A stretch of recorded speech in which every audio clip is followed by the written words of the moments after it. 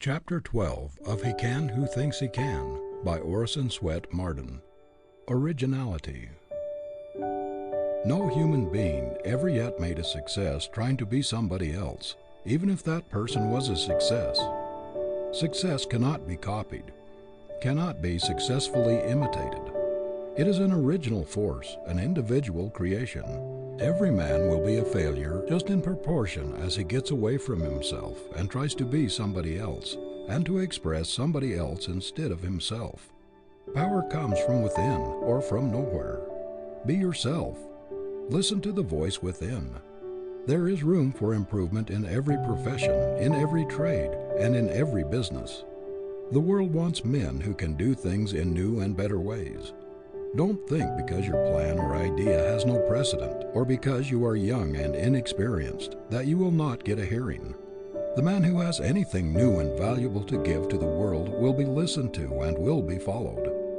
The man of strong individuality, who dares to think his own thought and originate his own method, who is not afraid to be himself and is not a copy of someone else, quickly gets recognition.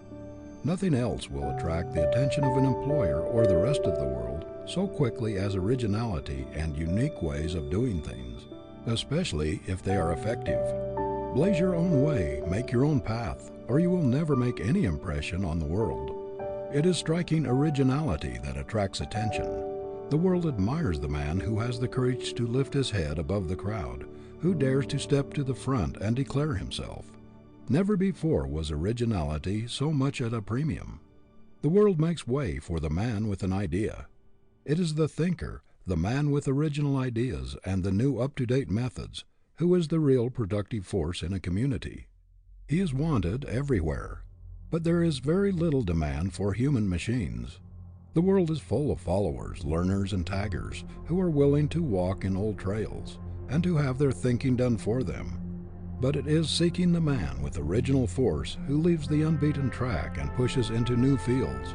The physician who departs from the precedent of those who have gone before him, the lawyer who conducts his case in an original way, the teacher who brings new ideas and methods into the schoolroom, and the clergyman who has the courage to proclaim the message which God has given to him, not that given to some other man who has put it into a book. The world wants preachers who get their sermons out of life, not out of the library. There are 1,000 people who will do faithfully what they are told, to one who can lay out a program or execute it.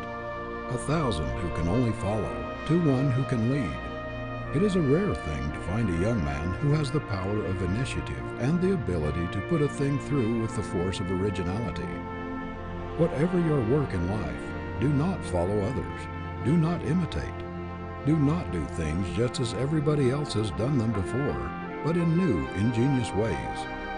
Show the people in your specialty that precedents do not cut much of a figure with you, and that you will make your own program. Resolve that, whether you accomplish much or little in the world, it shall be original, your own. Do not be afraid to assert yourself in a bold, individual way. Originality is power, life. Imitation is death. Do not be afraid to let yourself out. You grow by being original, never by copying, by leading, never by following. Resolve that you will be a man of ideas, always on the lookout for improvement. Think to some purpose. There is always a place for an original man.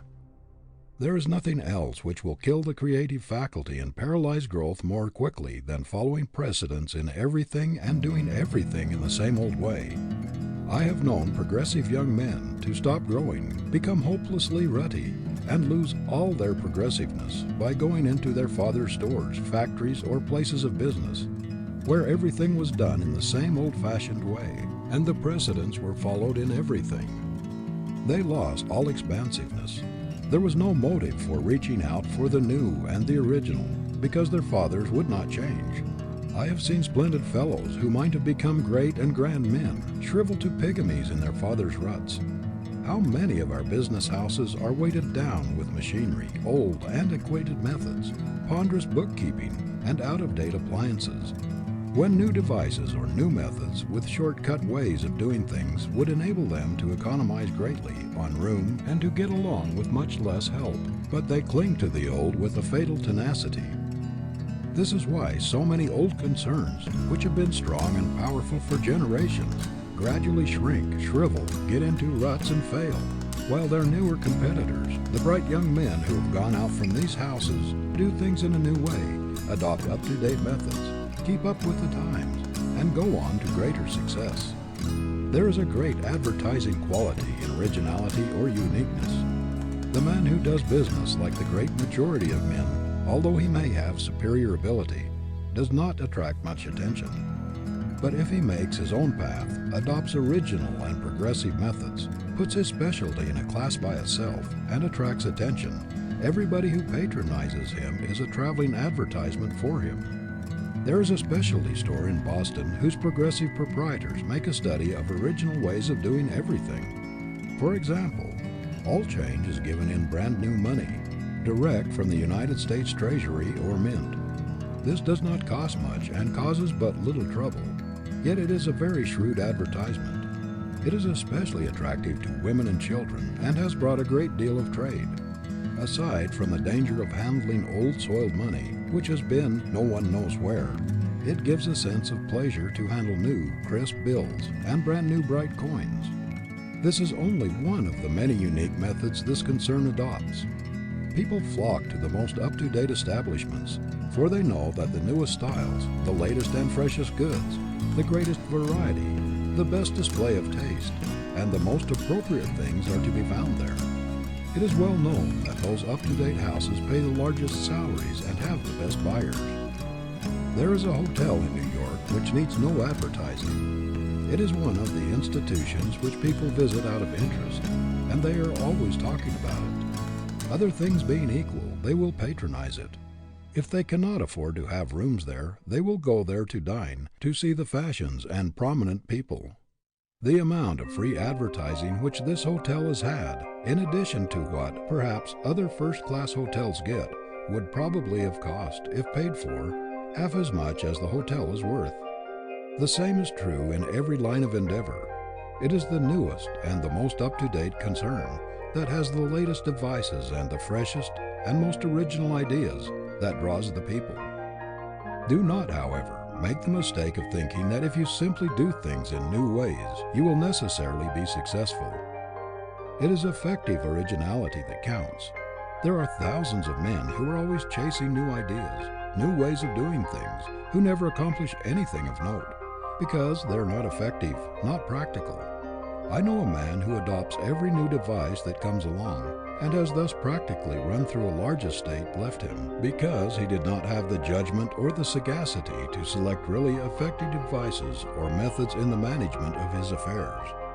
The shrewdest thing a young man can do, to say nothing of the influence upon his character, is to put the greatest possible originality and the highest possible excellence into everything he does, to make a resolution at the very outset of his career to stamp his individuality upon everything that goes out of his hands, and to determine that everything he does shall have the imprint of his character upon it as a trademark of the highest and best that is in him. If he does this, he will not require a large amount of capital to start a business and to advertise it. His greatest resources will be in himself. Originality is the best substitute for advertising, as well as the best thing to advertise, if quality goes with it. Some men are absolutely afraid to do things in a new way. They must follow somebody else. What was good enough for my father and grandfather is good enough for me, seems to be their motto. They cannot see any reason for changing. They must have a precedent for everything or they reject it. They cannot appreciate a new idea or a new way of doing things. They think there must be something the matter with it if it has not been used before. They have a peculiar love for the old. The antique appeals to them. They think the value of things lies in their age. These people with hide-bound intellects stand in the way of progress. Every town has these precedent men in the same old-sized stores with the same old out-of-date shop windows, the same methods of displaying goods, the same old cumbersome systems in the counting room. They are progress-proof. New ideas frighten them. The precedent man is always nonplussed, embarrassed by anything new, or when confronted with a condition which requires something original. He must get hold of something which has been used before, or he is powerless. Many people think it is unfortunate to be unlike others in their personalities. They are always afraid of being thought peculiar or eccentric. Yet the Creator never made two things alike, nor any two people alike. Nature breaks her mold at every new birth. Great characters always have strong individuality and originality, characteristics which mark them from the crowd. To be eccentric is not to be weak, but more often it is a sign of strength. Lincoln had eccentricities, but they were inseparable from his great character. Eccentricities do not make a person disagreeable or repulsive, are often advantages rather than disadvantages. What is more monotonous than a dead-level, insipid character that has no strongly marked features which individualize it? We all love a great nature, a strong, vigorous, rugged personality, which impresses us with power, something colossal which looms above us and inspires us with awe and admiration, such as we feel when standing under some mighty mountain cliff towering above us into the clouds. We do not wish the rugged crags smoothed off. They add to the peak's sublimity. They suggest majesty and power. Why should we want to plane off the eccentricities of a great character, or the individuality which characterizes him and distinguishes him from all others? We believe in the original man or woman who does not remind us of others, who makes a new, strong, vigorous, and lasting impression upon us, who does not imitate or follow, who makes his own program, who acts upon his own judgment, who leans upon nobody, and who does not ask advice, but acts fearlessly, boldly, independently. We know there is force there that can do things, that can achieve, a reserve power that makes its possessor a master. Fearlessness is a quality absolutely necessary to great achievement. Courage always accompanies force.